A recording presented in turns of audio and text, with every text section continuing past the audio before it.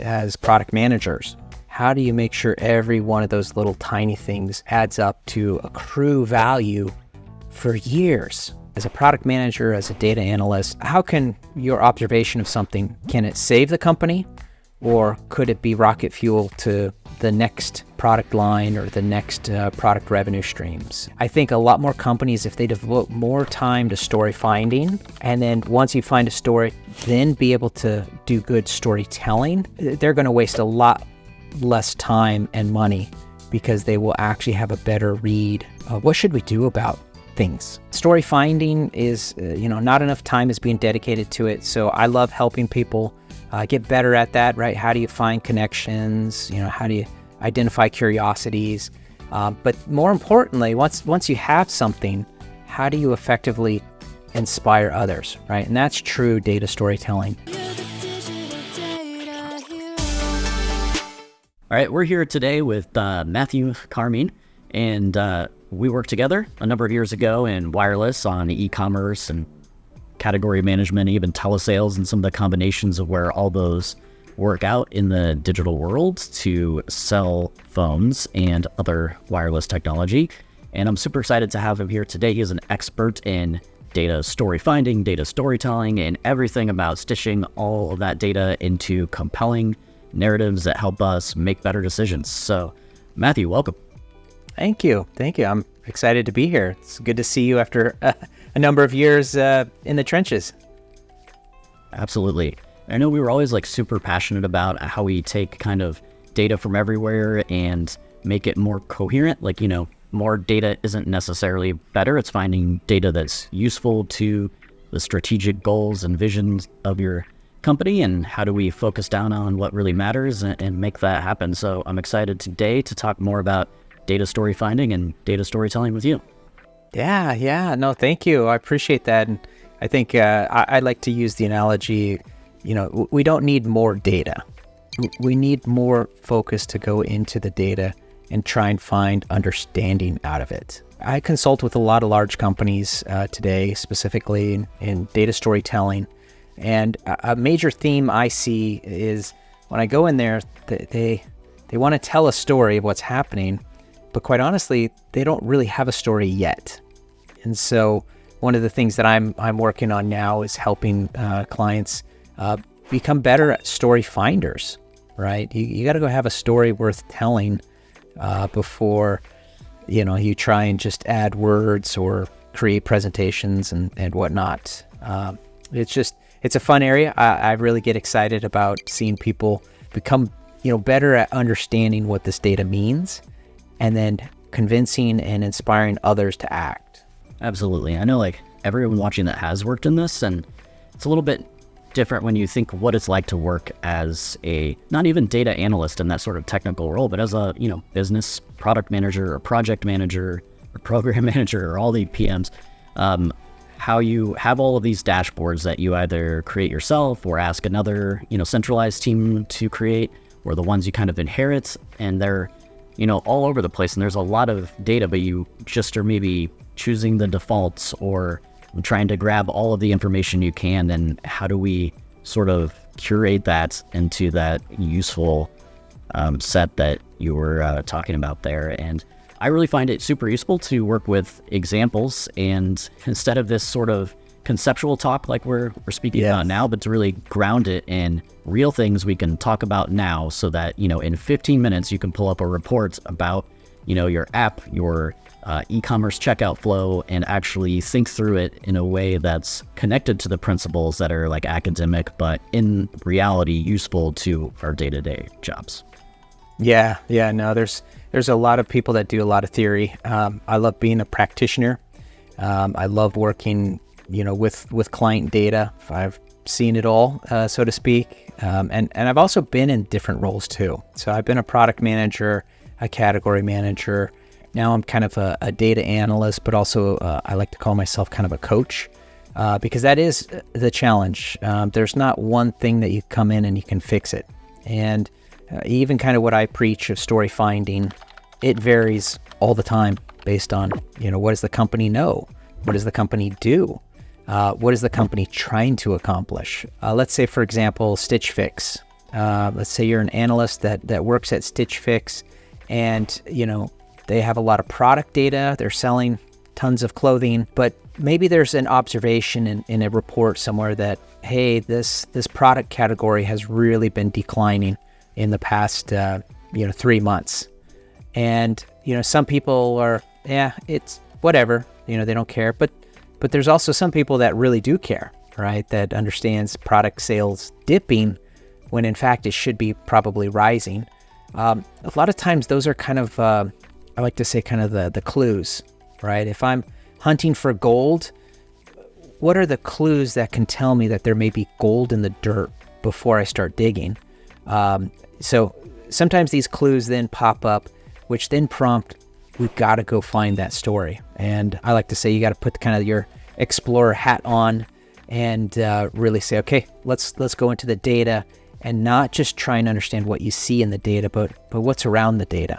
Absolutely. Yeah. When I talk with students too about all of this data, you kind of have the full spectrum from even like way outside of the scope of what we're talking about, but like how's the economy doing? So if the economy is bad and it's a luxury good, then maybe they're buying less of it, or maybe they're buying more because it's like, one of those luxuries that you hold on to. Like when the economy is bad, maybe you don't fly to Mexico, but maybe you spend some money on Stitch Fix and go on a staycation. So there's that, and there's like the compound annual growth of the industry itself, like, apparel, but then there's also maybe like used apparel or pre-owned, or what's the happier term for that?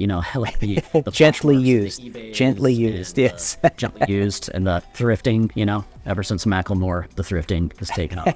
Yeah, so we've got that data, and then, we have the kind of digital marketing data, like advertising, campaigns, and then you start to get closer to the sort of e-commerce manager, category manager, and then product manager as you move from traffic to get to the site or the app, and then towards like optimizing a checkout flow, or if it's more like a software as a service product, which we'll probably talk about in some future videos, but then that's like optimizing your daily average users and like the time they spend on the site, which, Facebook made famous a long time ago with Chamath Palihapitiya and a lot of those folks. So that's a whole other, set of metrics. But my point is, you've got the kind of economic data, you've got the marketing data, and then you've got sort of the within site and beyond into customer service and chats and orders and returns and so much stuff like that. So that's a lot of data. So how do we go through and pick through those gems that you were talking about and build a narrative? The vision that pops in my head when you talk about that is like,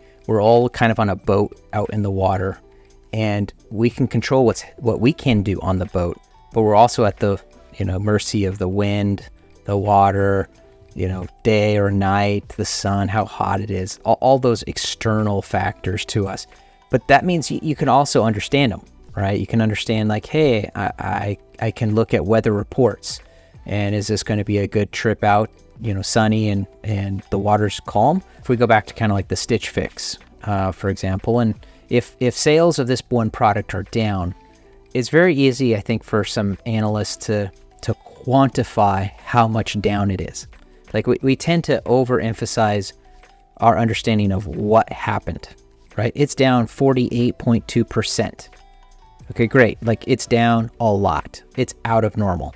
You kind of get that checkbox first, but then you got to kind of start to pivot and open up your lens to look and see what other data points can I use to try and triangulate or get better understanding to why this metric is down.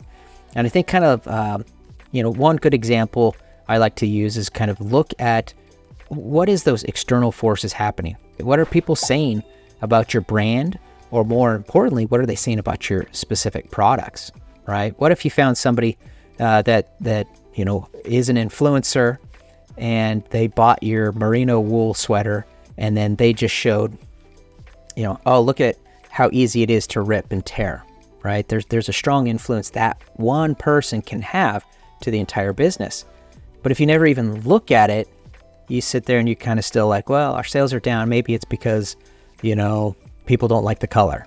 Well, there's sometimes data out there that can clue you in, but you can even look internally, right? Just go look at your own product reviews, right? Is the performance of your own product reviews telling you a clue or giving you a picture of something. So I like to always say is like, once you kind of see something, you can't ignore it, right? There's the curiosity to dig into it that's so not enough prevalent in businesses, right? Oh, it's down.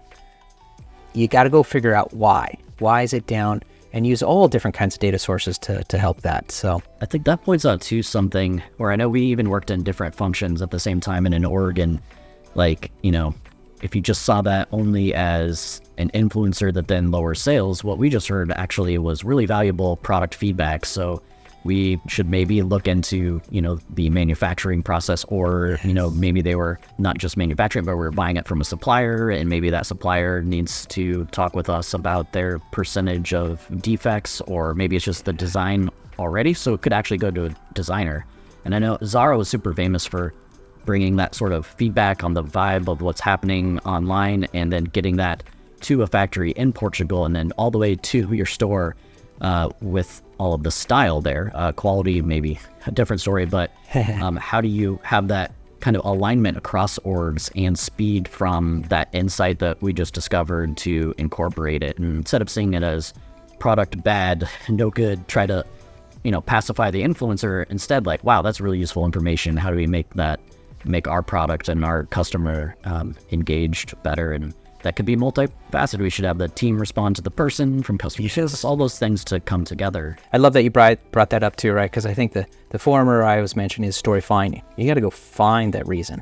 And so like, once like, hey, actually it may be a quality issue of the product, right? You then need to go switch into storytelling, right? And you can't just go grab all this data and then throw it in a presentation and be like, boom, there, I told you all.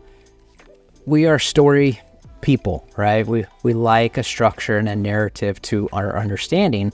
And if you kind of follow some good techniques of how do you convince your product designers that the fashion is not on the mark? Or how do you go convince your leaders to pay a bit more for better quality, garments from your vendors? Or, these are hard things to convince. And in my career, the only way to really inspire, leaders to act is to put it in a well-structured story and deliver that so that you not only hit the logic, you also hit their heart, right? Of like, I remember a time when I had a sweater and, I had the tag was broken or something, right? It's frustrating. But if that's amplified, then that's the reason or the cause of your business performance. And not enough companies think long-term, right? A lot of them are quarter to quarter, and, can we drive revenue rather than can we drive long-term love and long-term customer value? So yeah, that strikes me on something that you said on that sort of backing it in data to then tell the story that connects to emotion. But there's also this kind of issue with, like, I have this crazy long term for it. It's going to be in some of my other videos, but like the over empiricization of data, which is not going to catch on, just like Fetch never caught on. Also movie reference to the Mean Girls that's coming out again. The challenge with that too is like, if you're not thinking about those causes like you were mentioning, and you're just looking at the data and you're like, yeah, sales are down, you can be like, yeah, it's data backed. It's like, well, yes, and what are all these other factors and causal things going on? So like, it's almost like data washing. If you see that, that term where it's like, just because AI did it, there's AI like, sort of equivalents to that, where like, okay, and what are all the actual pieces that come together beyond just one single metric telling you yes or no? There's a lot more nuance to that. Do you have any thoughts there? I do. I like to call it just noise, right? There's a lot of different signals you can pick from in the data, and I think it's very easy for some people to kind of pick the easy ones, right? Dismiss, oh, yeah, that's not what's causing it. It's this other data over here, right? It's still both backed in data, but they're kind of choosing what they want to use to reflect it. And I think real good leaders, give that trust to their team to come back with like, hey, we've really tried to look at it from multiple perspectives. And anytime you're exploring data or you're sharing data, you're going to be biased, right? I think in every corporation I've been in, there's this desire to, we don't want to share bad news. And that lack of wanting to share bad news makes the problem grow and grow and grow. And eventually it catches up, right? You can't ignore it forever because those problems will just keep growing and growing. But I think if you have a good culture that is open to what I say, like listening to the bad stories and the good stories. Bill Gates was very famous for saying, hey, I want to hear the bad stuff fast and early, because you spend a lot less energy and effort to fix things when they're small than when they're too big, right? So I think there's an element of data culture that needs to, be smarter with how they're using data. I like the term data inspired, right? Because we are still, we like to think we're rational beings, but love and hate are the two most powerful emotions that we use every day to make decisions. So being data inspired, I think, drives more, what can we do because of it? And that's, the term I prefer when I'm working with people and clients of, how is that understanding inspiring what you can do about it? There's so many changes or challenges around that, like even from the very start in the kind of consultant era, like Frederick Winslow Taylor and Taylorism is what I would actually classify as very close to data over empiricization.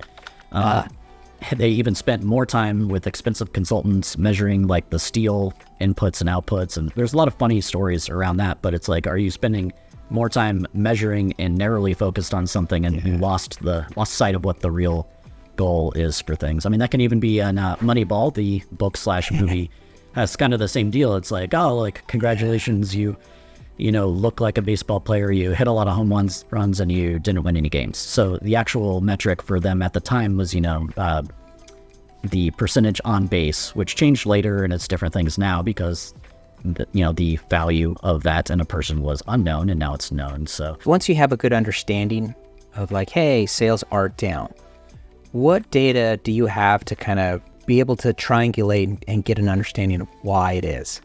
So I think, Stitch Fix has a lot of internal data. I'm sure they're tracking their product sales very closely, but what other metrics do they have that can help them understand, quality, right? Or availability, right? Do they have enough product for the next 6 weeks to cover, the demand coming in the next 6 weeks? Or how do they know if they're priced well, versus competition? So I think that, if you were in a Storyfinding situation at Stitch Fix, right, you have a lot of data available to you, but I think you also got to broaden it and say, what other data can I go and look at, right? Can I go look at some of my competitors and what is their website? What is the product reviews on their websites? Or what are people saying about my, competition on social media? Or actually go and visit it.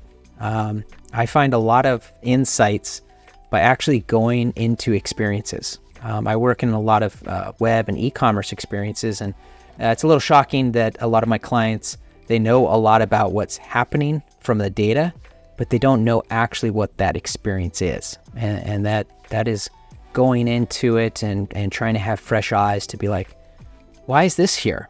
What is this link? Because I'm kind of hesitant. One great example I like to use is kind of like that promo code, right? There's been a lot of companies analyze promo codes, and the first thing that I know 90% of people do is when they're in the checkout and they see promo code, they go start looking for a promo code. There's a science to it, but there's an art to it as well. And how do you put that into the experience that makes it easy for your audience, right? There's somebody, I can't remember who, but they even actually don't have a promo code there, and they say, we don't do sales. And to some extent, that's more assuring because it's kind of like, okay, good. They're being upfront about it. kind of trying to build trust, and they're not even making it, they're not trying to hide it. I think there's that trust. Every little component of a site or an experience adds up to what is, my relationship with the brand or whatnot. So yeah, I mean, it's Black Friday coming up, and it's Cyber Monday, at least for the US. I know Canada's Thanksgiving is a long time ago, but you might as well join in on the Cyber Fun on Cyber Monday, which will have maybe 30 and 40% off of everything. So, a lot of the revenue for a lot of these direct-to-consumer and retail stores is this week. But like I said right there, that's revenue. That's not profit necessarily. So you want to figure out, are you just doing it to gain awareness, or you have a loss leader that's maybe a sweater that's merino that's at cost just because you're trying to get everyone in the door, kind of like the milk at the grocery store that's really cheap, or the eggs. We got like 36 eggs for $2 the other day. I was like, what's going on? They want you to come in and get off Instacart so you can have some impromptu sales, which, I always fail, especially at Costco. But the thing like there, I know you and I have talked about that a lot where we were previously, where, I can give everyone a promo code and then I increase a massive amount of sales, but were they incremental to what would have happened before? Are you bringing someone that wasn't going to be a customer at all to be a customer? Then that, lifetime value of a customer maybe is like $700-800. So, $100 off on a promo code or free shipping, big deal. That's like a huge win. Or did you just throw away that money for no reason? They would have bought it anyway. So something to think about, like, is it actually helping you accomplish the goal? Maybe you actually are just trying to get revenue and you're going to worry about profit later. That's kind of maybe a startup mentality that's VC funded, kind of like all of Uber for the first 10 years or whatever, which that's fine. They got to a place where, at scale, maybe now they can figure out how to be profitable. Maybe not, but they can at least try to go from that. So yeah, I love that. I love where you're going on that too, because I think that's actually even a bigger component of it, right? What are the motivations of individuals within these companies, right? Are they looking for short-term gains, short-term performance? And that's the maturity kind of the business. Amazon was not profitable for a very long time, but once they got over that kind of scale, I mean, they're pulling in billions of dollars a quarter, and it's not necessarily just because of what they were primarily started out as, right? It's now in a whole bunch of different lines of business, but I think that's a challenge a lot of companies, and the larger they are, is how to think long term.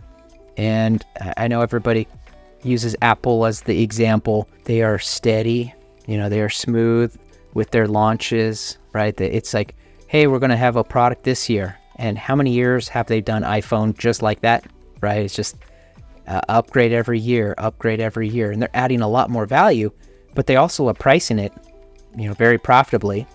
And they're not trying to be the biggest. I remember back in the day, Nokia was the king, right? They were making billions of phones. And you got to play Snake. Snake was a really great game. Okay. Snake was, their crowning app, right? But I remember the second I had that first touch experience on an iPhone, and it was like, oh wow, this is real touch, right? This is not, this is so responsive, and that focus on like, hey, those experiences as kind of product managers, how do you make sure every one of those little tiny things adds up to accrue value for years, right? And I think that's really hard for concept for a lot of us to operate, because we are in weeks and months, and we never really have the time to think beyond. So exactly, I love a lot of those examples. Like the Amazon one's a really interesting one. So now when you're thinking with your data analytics hat on, and then you read Wall Street style reports about these companies. So they ripped into Amazon for years because you're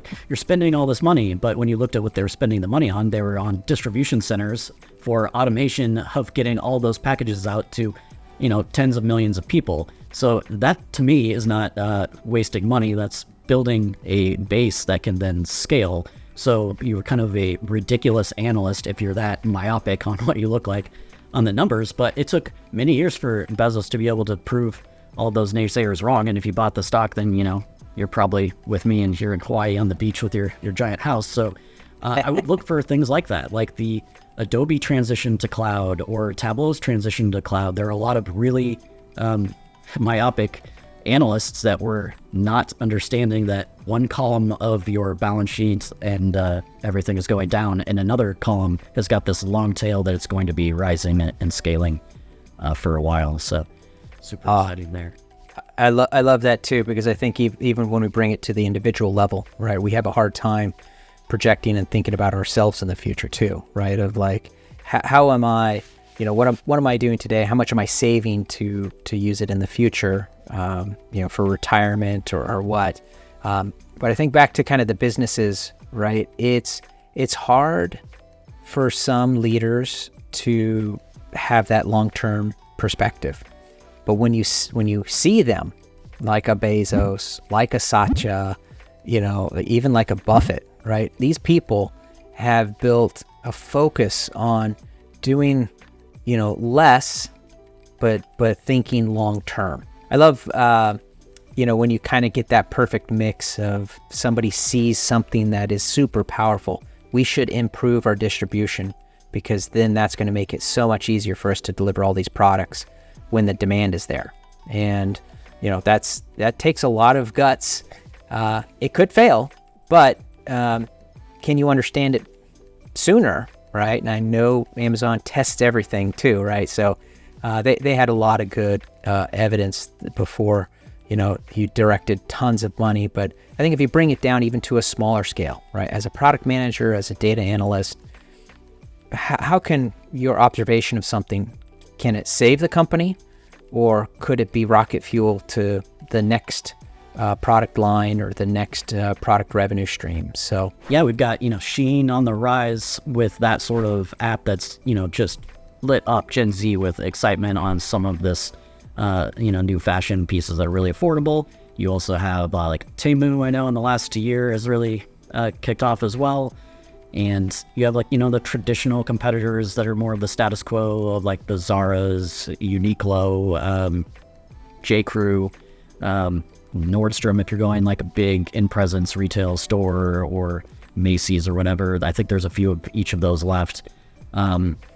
So choosing, first of all, there's who are you comparing yourself to? Is it the status quo? Is it peers or innovative challengers? Because that can get interesting too, where you think they're small and not a big deal, like Nike maybe laughing off Under Armour and Lululemon, and then they take a huge chunk of the market, and it can get interesting as well. So with the data we have a little bit about the competition and what's happening with them. We don't know too much of their internals other than maybe some financial statements, which can help sometimes.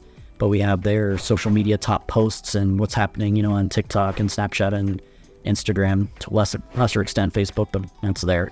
And then you have like app reviews if they have an app from like data.ai, used to be called App Annie, or site jobber reviews that are on another page, or maybe you have reviews of the product on your own from like Yotpo. So you have all of those pieces, and it's a lot. So how can we maybe start asking a few questions to that analyst there? Like, what advice would you give them to move them from this conceptual piece to a report to their senior director or vice president of e-commerce? Yeah, no, I think that's a great question. And I think probably the first thing I would advise to somebody in that situation is start to draft out what are the important questions that is important to the business, right? Not how many units are we down? No. That's a very simple observation that you can get. But what are those big questions of like, what is the strategy of our entire sweater business? What is the importance of quality to our customers, right? These are big questions, and I think frame them to make sure that before you jump into the data, you have kind of, I call it a tether to come back to, right? Because it's going to be really easy to be like, oh, look at all this data of products, and you get lost in it. But what you want to kind of do is first establish your tether that says, hey, these are the real questions that I'm trying to answer. And get alignment with whomever you're talking, your leadership or your manager, and then go in and start to figure out like what data sources can help that, right? I think, I've done a lot of explorations where I come back out and I have more questions and I'm twice as confused because I didn't do that. And, it's always best to come back out and say, this is my knowledge now, and this is the answers to these questions. And by the way, here's my thoughts of what we can do to change it too. So I think that's the first thing. The second thing is to, be open-minded and curious. You have to kind of let your exploration go with the flow. You don't know what tunnels you're going to go down, and that's okay. You got to be open-minded to saying, well, let me go explore it.